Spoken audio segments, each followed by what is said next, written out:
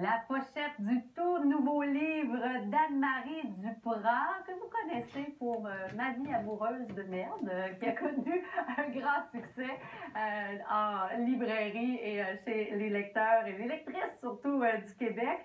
Alors, le nouveau livre s'appelle Le compagnon du cœur brisé. Vous comprenez qu'on est en plein dans le thème de la fête de l'amour, pour qui c'est toujours plus compliqué quand on n'en a pas en ce moment dans sa vie. Anne-Marie Duprat, auteure, est avec nous ce matin. Bonjour. Bonjour. Donc, un nouveau livre qui sort ces jours-ci. Qu'est-ce que ça raconte, Le compagnon du cœur brisé?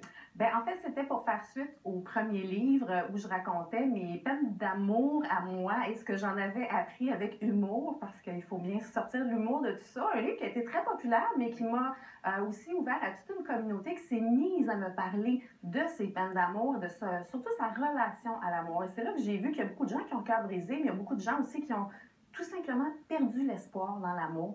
Des gens qui se disent des éternels célibataires, des célibataires endurcis. Puis je me suis dit, il faut essayer de retrouver une façon de donner de l'espoir à ces gens-là. Puis je me suis dit, je vais reprendre un peu la même formule, c'est-à-dire qu'il y a des tests, il y a des exercices, il y a beaucoup d'humour. Mais c'est un livre pour redonner l'espoir, pour passer à autre chose, en fait. Et qu'est-ce que ceux et celles qui ont eu la chance de le lire vous disent?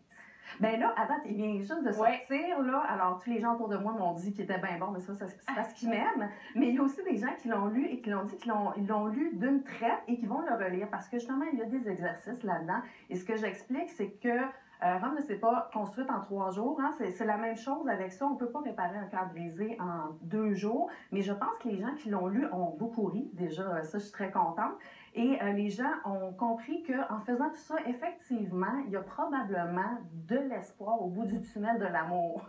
Il faut qu'il y en ait. Comment on fait pour se renouveler sur ce thème-là à chaque livre? C'est sûr que c'est pas facile, on en parle vraiment beaucoup. Moi, quand j'étais dans mes pires peines d'amour, j'ai beaucoup lu. Puis en fait, pas seulement sur l'amour, mais sur le bonheur, sur comment faire pour se choisir soi. Souvent, on pense qu'on doit dépendre de quelqu'un d'autre pour notre bonheur, alors que la seule personne sur qui on peut compter pour son bonheur, c'est soi-même.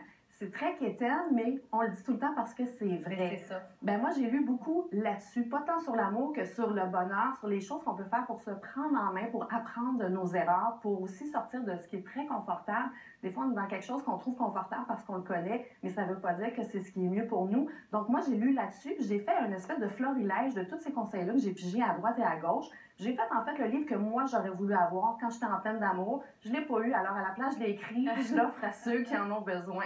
Et qu'est-ce que vous espérez justement que les filles, parce qu'on va dire que c'est les filles, hein, quand même le plus, là, qui sont visées par votre livre, qu'est-ce que vous espérez qu'elles vont garder de leur lecture? Bien, j'espère qu'elles vont apprendre à chercher de façon différente et à croire dans l'amour de façon différente, plutôt que croire à un amour qui nous scie les jambes et où la terre arrête de tourner quand on rencontre l'autre personne. Ça arrive juste dans les films. Croire à un amour qui nous change et qui nous transforme lentement mais sûrement, un amour qui est réciproque.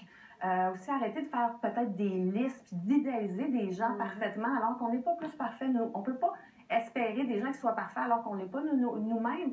Alors je pense qu'il faudrait que les gens deviennent plus réalistes, mais ça n'empêche pas qu'on peut être très amoureux. Et moi, c'est ça que je souhaite, d'être très amoureux, mais pour les bonnes raisons, avec la bonne personne. Voilà, qui nous en donne de l'espoir. Merci, j'espère d'être passée nous en parler. Anne-Marie Duprat, je rappelle le titre de votre livre, Le compagnon du cœur brisé, qui vient de paraître, c'est tout chaud, là. Attends pour la Saint-Valentin. Merci, bon succès. Bonne Saint-Valentin. Merci, vous aussi.